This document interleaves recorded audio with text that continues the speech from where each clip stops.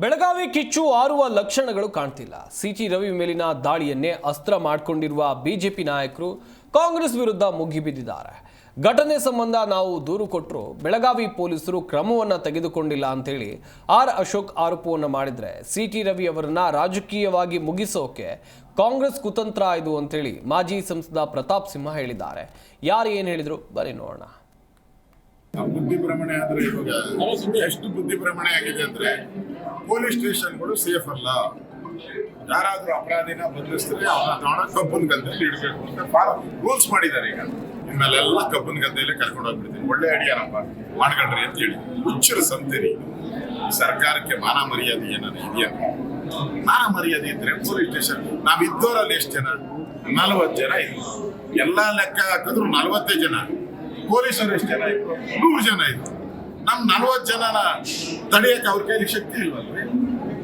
ಒಂದು ಪೊಲೀಸ್ ಸ್ಟೇಷನ್ಗೆ ನಮ್ಮ 40 ಜನ ತಡೆಗೆ ನಾವೇನು ಪಾಕಿಸ್ತಾನದ ಟೆರರಿಸ್ಟ್ ಕೂಡ ಅವ್ರಿಗೆಲ್ಲ ಬಿರಿಯಾನಿ ಕೊಟ್ಬಿಡ್ತೀರಾ?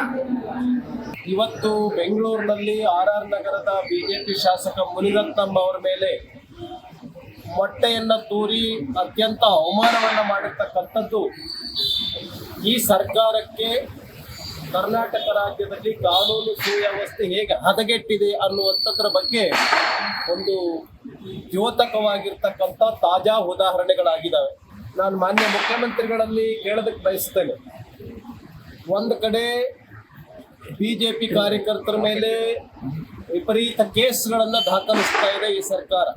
ಏನೇ ಸಣ್ಣ ಘಟನೆ ಆದರೂ ಕೂಡ ಕಾರ್ಯಕರ್ತರ ಮೇಲೆ ಬಿಜೆಪಿಯವರ ಮೇಲೆ ಕೇಸ್ಗಳನ್ನು FIRಗಳನ್ನು ದಾಖಲಿಸೋದು. ನಾವು CT ರವಿ ಅವರ ಮೇಲೆ ಹಲ್ಲೆ ಮಾಡಿದಂಥ ಸಂದರ್ಭದಲ್ಲಿ ನಾವೇ FIR ಕೇಸ್ ಕೊಡಕ್ಕೆ ಹೋದ್ರೆ ಕೇಸನ್ನು ದಾಖಲು ಮಾಡ್ಕೊಳ್ದೇ ಇರ್ತಕ್ಕಂಥದ್ದು. ಮತ್ತೆ ಈಗ ಮುನಿರತ್ನಂ ಅವರ ಮೇಲೆ ಹಲ್ಲೆ ಮಾಡಿದ್ರು. ಇವೆಲ್ಲವೂ ಏನ್ ತೋರಿಸ್ತಾ ಇದೆ ಅಂತ ಹೇಳಿದ್ರೆ ಕರ್ನಾಟಕ ರಾಜ್ಯದಲ್ಲಿ ಸಿದ್ದರಾಮಯ್ಯ ಅವರ ಸರ್ಕಾರ ಹದಗೆಟ್ಟು ಹೈದರಾಬಾದ್ ಆಗಿದೆ ಅಂತೇಳಿ ಈ ಸಂದರ್ಭದಲ್ಲಿ ನಾನು ಹೇಳೋದಕ್ಕೆ ಬಯಸ್ತೇನೆ.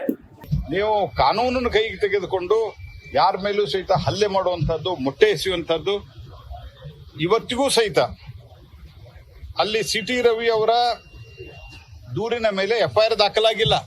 ಇವತ್ತಿಗೂ ಆಗಿಲ್ಲ. ಸೋಮೋಟೋ ಆಗಿದೆ ಅಂತ ಹೇಳ್ತಾರೆ.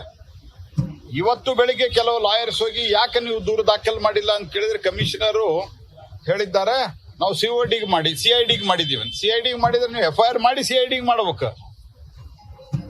ಅದೇ ರೀತಿ ಅನೇಕ ರೀತಿಯಾದಂತಹ ಮತ್ತು ಅಲ್ಲೇನು ಮಂಜುನಾಥ್ ನಾಯಕ್ ಅನ್ನೋರನ್ನ ಸಸ್ಪೆಂಡ್ ಮಾಡಿದ್ದಾರೆ. ಅಲ್ಲಿ ಕಮಿಷನರ್ ಇದ್ರಲ್ಲ, ಅಲ್ಲಿ SP ಇದ್ರಲ್ಲ, ಅದೇ ಪೊಲೀಸ್ ಸ್ಟೇಷನ್ ದಲ್ಲಿ ಇದ್ರಲ್ಲ, ನೀವೇನ್ ಮಾಡ್ತಾ ಇದ್ರಿ ಹಂಗಿದ್ರೆ? ಅಂದ್ರೆ ಒಂದ್ ರೀತಿಯಾಗಿ ಭಯ ಹುಟ್ಟಿಸುವಂತ ಕೆಲಸ. ಮತ್ತು ಅಶೋಕ್ ಅವರು ಪೊಲೀಸ್ ಸ್ಟೇಷನ್ ದಲ್ಲಿ ಹೋಗಿ ರವಿನ್ ಮಾತಾಡಿಸಬಾರದು, ವಿಜೇಂದ್ರ ಅವರು ಹೋಗಿ ಮಾತಾಡಿಸಬಾರದು, ಅಡ್ವೊಕೇಟ್ಗಳು ಹೋಗಬಾರದು. ಯಾವ ಕಾಲದಲ್ಲಿ ಇದ್ದೀರಿ ನೀವು? ಕಾಂಗ್ರೆಸ್ ಪಾರ್ಟಿ ಹೊರಗಡೆ ಕೂಡಿಸಿದ ಜಿ ಕನ್ನಡ ನ್ಯೂಸ್ ಈಗ ನಿಮ್ಮ ಮನೆಯಲ್ಲೇ ನೋಡಿ. ಎಲ್ಲ ಕೇಬಲ್ಗಳಲ್ಲಿ ಈಗ ಲಭ್ಯ. ನಿಮ್ಮ ನೆಚ್ಚಿನ ಜಿ ಕನ್ನಡ ನ್ಯೂಸ್ ಈಗ ಸನ್ ಡೈರೆಕ್ಟ್ ನಲ್ಲಿ number 292, Tata play number 1664, Jio TV number 1334, NXT digital number 30, in cable number 30, city networks 51, U digital number 162, GTPL number 17, Rockline telecommunications number 42, Shri Basaveshwara cable number 168, rural cable network 60, Vinayaka digital 57, Abhishek cable 821, city channel 53, Siddeshwara cable network 57, V4 digital Infotech 628, Surya digital networks 53, Gajanan digital number 836, Malnad Infotech private limited number 56, Metrocast number 830, Victory Digital number 167ರಲ್ಲಿ ನೋಡಿ ಆನಂದಿಸಿ.